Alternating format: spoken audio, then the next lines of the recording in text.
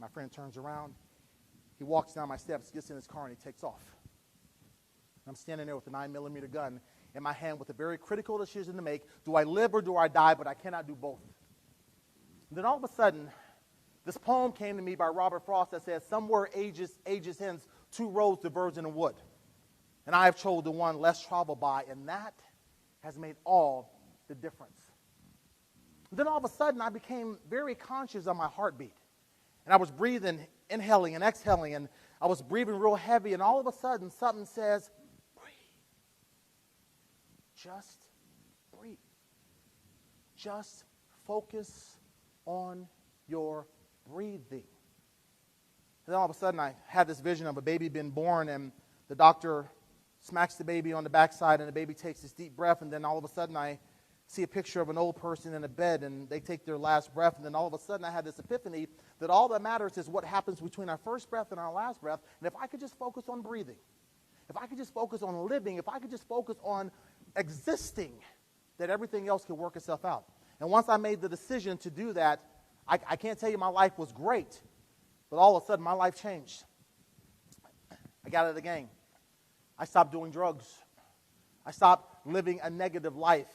And then I got involved in environmental education, and I started working for this environmental organization for young people, and I went out west of California. You probably saw me on the top of a mountain. I was Mount Whitney. It was 14,367 feet. I climbed every bit of it. I lived in the mountains of Indio Yosemite for 6 months doing backcountry trail construction under a youth group for the U.S. Forest Service. Came back to my camp, and all of a sudden, my camp manager says, Mark, you got something special. What do you want to do with the rest of your life? See, he knew what I needed.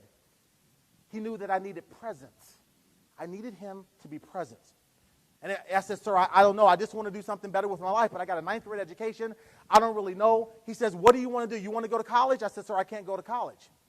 He shuts his door, he grabs me, and he slams me up against the door. And he puts his finger in my face, and he says, don't you ever tell me what you can't do. You beat everything that's beaten you. You're 22 years of age. You should be dead. I'm going to ask you one more time. What do you want to do? Do you want to go to school? I said, yes, sir. He says, well, I tell you what. If I do everything I can do, will you do everything you can do? I said, yes, sir. He says, well, if I send you to college and we find a scholarship to help you pay for it and you get financial aid, will you promise me that you'll graduate? I said, yes, sir. He says, well, what do you want to do? I said, well, I love environmental education, sir. I want to work with the environment. So I went down to a small town in rural Appalachia in Ohio where people kind of talk a little bit like this and things are kind of different. And for those of you who don't understand what I'm talking about, where I went to school, people talk like this all the time. So you guys ever remember the Andy Griffith show with Mayberry? Well, that's exactly what I'm talking about. And I went down there during hunting season, and I'm on this bus. I had never seen a wild turkey in my life. First time I saw it, I thought it was a pterodactyl. And listen, I'm dead serious. So I'm on this bus going down to this college, and I get off the bus, and I go into the store. The music's a little different than what I'm used to. It has a little twang to it. And the guy behind the counter, he says, well, how do? And I am frozen in time. I'm scared to death. And do you guys remember the movie The Sixth Sense with Bruce Willis, where he says, I see dead people? Well, at that moment, I was like, I don't see any black people. So there's no black people, just me. And I'm scared to death. I'm trying to get back on the bus. And the guy says, well, how do? And I'm thinking, how do you do what? What are you asking me to do? What do you want from me, sir? So this lady comes from around the corner, and they're in there cracking up. And he says, young man,